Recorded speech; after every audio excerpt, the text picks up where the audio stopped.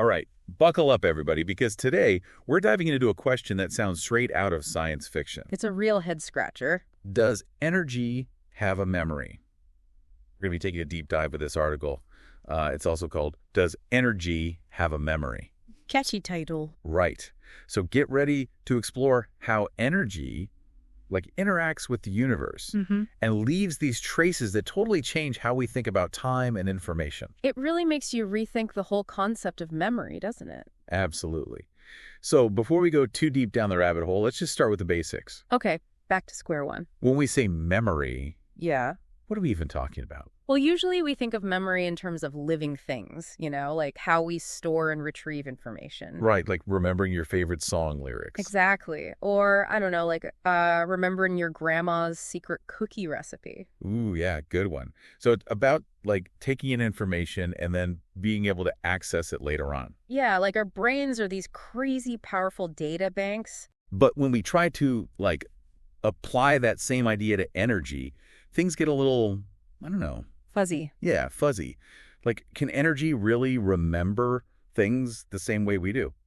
That's the million-dollar question. I mean, we can't really use that same biological definition of memory when we're talking about energy. Okay, so it's not like energy is consciously thinking back to its past or anything. Right. But here's the cool part. Energy actually does carry information about its past interactions. It's just not conscious of it. So it's like energy has a history, a story to tell, but it doesn't necessarily know it's telling it. Exactly. Think about the law of conservation of energy, right? Yeah, energy can't just disappear. It transforms. Right. And each of those transformations, it leaves a kind of mark on the universe. Like a fingerprint, almost. Okay, so give me an example of this memory-like behavior of energy. Well, the article dives into some pretty mind-bending stuff, starting with quantum mechanics. Ah, yes, the quantum world. Always a wild ride.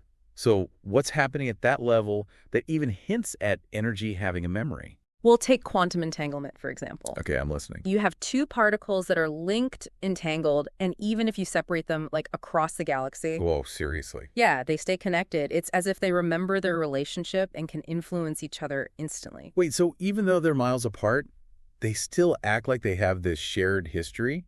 How is that even possible? That's the mystery of quantum mechanics. It defies our everyday understanding of space and time. Okay, on to the next mind-blowing concept. What about wavefunction collapse? Oh, right. So before you measure a quantum system, it exists in this weird state called superposition. It's like it holds all these possibilities at once. Multiple possibilities all at the same time. My head's starting to spin. It's wild. But then when you measure it, the wave function collapses and the system kind of chooses a single outcome. It's like the system has all these potential memories and then we force it to pick one. That's so trippy. Right. It really makes you think. So the article doesn't just stop at the quantum level, though, right? It also talks about how thermodynamics plays a role in this energy-memory connection. Oh, absolutely. Thermodynamics is all about how energy flows and transforms within a system. Okay, so remind me again, what is entropy? Entropy is the measure of disorder in a system. And here's the thing. Entropy actually functions as a kind of record of energy dispersal. Okay, so how does that work? Imagine heat spreading through a room, right? Sure. The increase in entropy, the growing disorder, actually remembers where that heat has been and how it's changed things along the way. Whoa, so entropy is like a cosmic breadcrumb trail marking the journey of energy. You got it. And speaking of cosmic breadcrumbs, we have to talk about the cosmic microwave background radiation, or CMB. Oh, yeah. That's one of the most important pieces of evidence we have for the Big Bang, right? Exactly. It's this faint afterglow, like a thermal echo of the universe's fiery birth. So we're talking about actual energy remnants from billions of years ago. That's insane. It really puts things into perspective, doesn't it? Totally. And the article goes even further, suggesting that the universe itself acts like a giant memory bank. It's a wild concept, right? Yeah, every interaction leaves a trace. It's kind of blowing my mind a little. It's amazing to think about how much information is encoded in the universe through all those energy interactions. And we see this in everything, from the patterns created when particles collide to the ripples of gravitational waves. Right.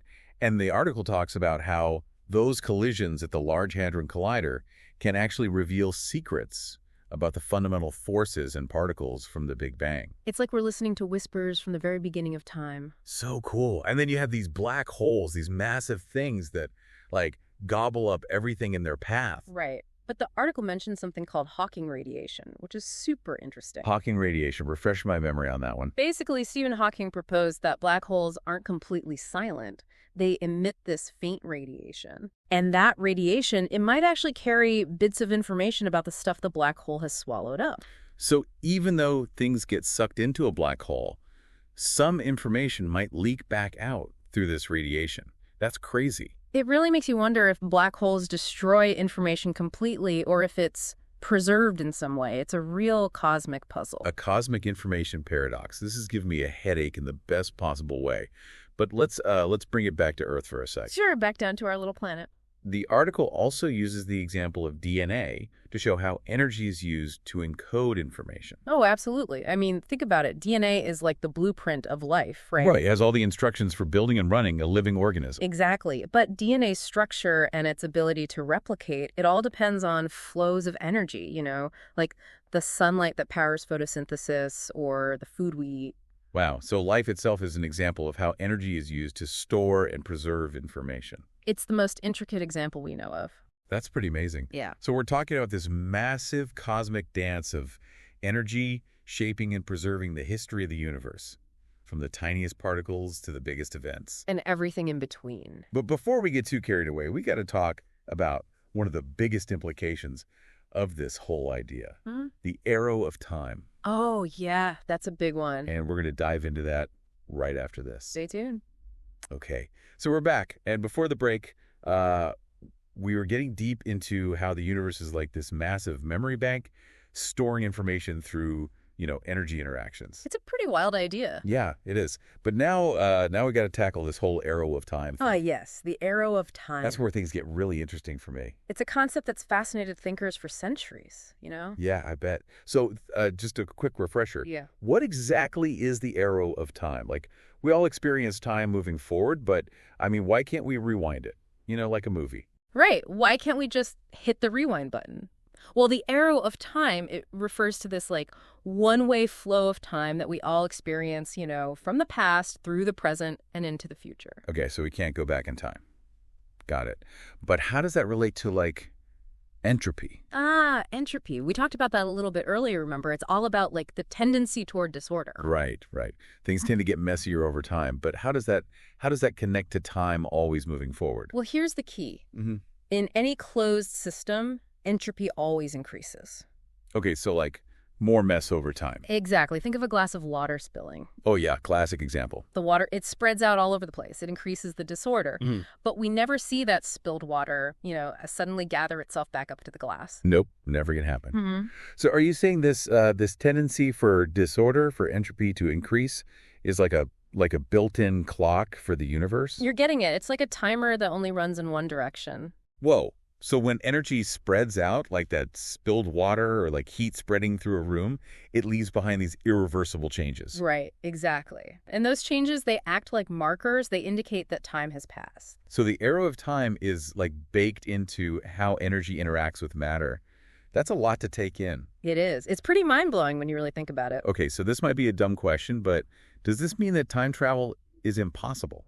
If entropy always increases, how could we ever go back and undo those changes? Yeah, that's a great question. Reversing entropy on a large scale. Based on what we know about physics, it seems incredibly unlikely, if not impossible. So time travel is still just a sci-fi fantasy for now? Probably. But, there's still so much we don't know about time. There might be loopholes we haven't discovered yet, Maybe our understanding of time is incomplete. The mysteries of the universe. Speaking of mysteries, the article also mentions this really interesting question. Could energy somehow store consciousness? Ooh, now that's a deep one. I know, right? We've been talking about energy leaving traces, encoding information, even shaping this whole arrow of time thing. So is it such a stretch to think it could store something as complex as consciousness? Well, it's important to remember there's no scientific evidence to say that consciousness can exist without a physical structure, like a brain. Okay, so no ghost in the machine, so to speak. Right, at least not that we know of. But some theories, they do explore the connection between energy patterns and consciousness. There's this idea called integrated information theory. Integrated information theory. I've heard of that. Yeah, and that theory basically says that consciousness arises from the complex interactions of information within a system. So like the way energy and information flow within a brain, or maybe even a larger system, that could be like the basis of consciousness. Exactly. But it's definitely still an open question. One of life's big mysteries, I guess. So let's move on to something a little more down to earth. Okay, back to reality. The article also highlights some like real-world applications of understanding energy's memory-like properties. Right. It's not just theoretical, it has practical implications. Oh, absolutely. One of the most exciting areas is quantum computing. Quantum computing. Everyone's talking about that these days. So how does this whole energy memory thing come into play there? Well, quantum computers, they use these things called qubits. And qubits, they utilize the unique properties of quantum systems, Okay, remind me what's so special about qubits. Unlike the bits in our regular computers, qubits can exist in a superposition of states. That means they can be 0 and 1 at the same time. Whoa, they can be both at the same time. That's crazy. It is. And this allows quantum computers to tackle these super complex problems that would take, like, normal computers millions of years to solve. So they're like super-powered bits. Exactly. They could revolutionize all sorts of fields like drug discovery, materials science, AI, cryptography. The possibilities are kind of endless. That's pretty incredible.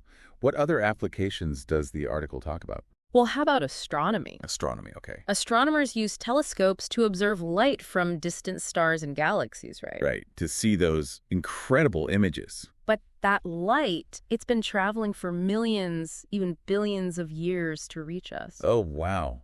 So when we look at a star, we're actually seeing it as it was in the past. Precisely. And that light, it carries information about the star's history, like its composition, its motion. Astronomers are basically reading these, like, memories encoded in that ancient light. It's like the universe is sending us postcards from billions of years ago. That's a great way to put it. And with these new powerful telescopes like the James Webb, we can see further back in time than ever before. That's amazing. Okay, but let's bring it back down to earth again for a minute. The article also mentions forensic science, which I wasn't expecting. How does this whole energy and memory thing help solve crimes? Well, every action, every interaction, it leaves behind these traces of energy, right? Like fingerprints. Kind of. At a crime scene, investigators can analyze things like heat patterns, chemical residues, even electromagnetic traces to figure out what happened. So they're looking for those tiny clues that energy leaves behind. Exactly. And by carefully studying those clues, those energy interactions, they can uncover hidden details about the crime. It's like they're cosmic detectives. This is making me think about the worlds differently. Like, the universe is constantly recording everything. It is. It's always leaving clues, and we're just starting to learn how to read them. This whole idea that energy has a memory is really profound, It changes how we see the universe and our place in it. It really does. It encourages us to think outside the box, to see the universe as this incredibly dynamic and interconnected system. We're not just passive observers, we're active participants in this amazing story that's unfolding all around us. And that story is written in the language of energy. Well, we've covered a lot of ground today. We have quantum mechanics, the arrow of time, black holes, forensic science. But it feels like we've only scratched the surface. There's always more to explore. But for now, I think it's good to just, sit back and let all this sink in. We'll be back with some final thoughts in a bit. Okay, we're back, and wow, this whole deep dive into does energy have a memory? It's really been something else. It's a question that really pushes the boundaries of what we think we know, right? It definitely makes you think outside the box. We've been talking about how energy interacts with like everything in the universe, leaving those little traces that, well, they impact everything. From the arrow of time to how galaxies evolve, it really shows you just how connected everything is, It's mind-blowing. We've seen how these energy memories show up in quantum mechanics and those crazy black holes, even in DNA. And we even touched upon those big questions about consciousness, the nature of reality. I feel like we've been on this like whirlwind tour of the cosmos. It has been quite a journey, hasn't it? So as we wrap up this deep dive, I think it's a good time to come back to that main question. Yeah, so after all this, does energy actually remember things, the way we do? I'm still kind of trying to wrap my head around it. Well, it's not really about conscious memory like what we humans experience. It's not like energy is sitting around thinking back to its past. Okay, so it's not like our brains. Right. But what's really important to understand is that energy leaves traces. Every interaction, every transformation, it leaves a mark on the universe. Like a fingerprint. Exactly. And those fingerprints, those traces from energy interactions, well, they shape everything. They drive the arrow of time, they store information about the past, they even influence how, like, everything evolves, Right. from tiny particles to those massive cosmic structures. It's like imagine dropping a pebble into a pond. Okay, I'm picturing. Even after the pebble sinks to the bottom, those ripples keep spreading out. They carry that memory of the splash, you know? So even though energy doesn't remember in a human way, its interactions are, like, fundamental to how the universe stores information and how it changes over time. Right. It's a pretty powerful concept. So as we keep exploring this idea, as we learn to read those traces of energy, who knows what we'll find? It's like we're becoming cosmic detectives, piecing together the universe's history from these little clues. It's incredible to think that we're just scratching the surface. Thanks for joining us for this amazing deep dive. It's been my pleasure. Keep those minds curious, everyone.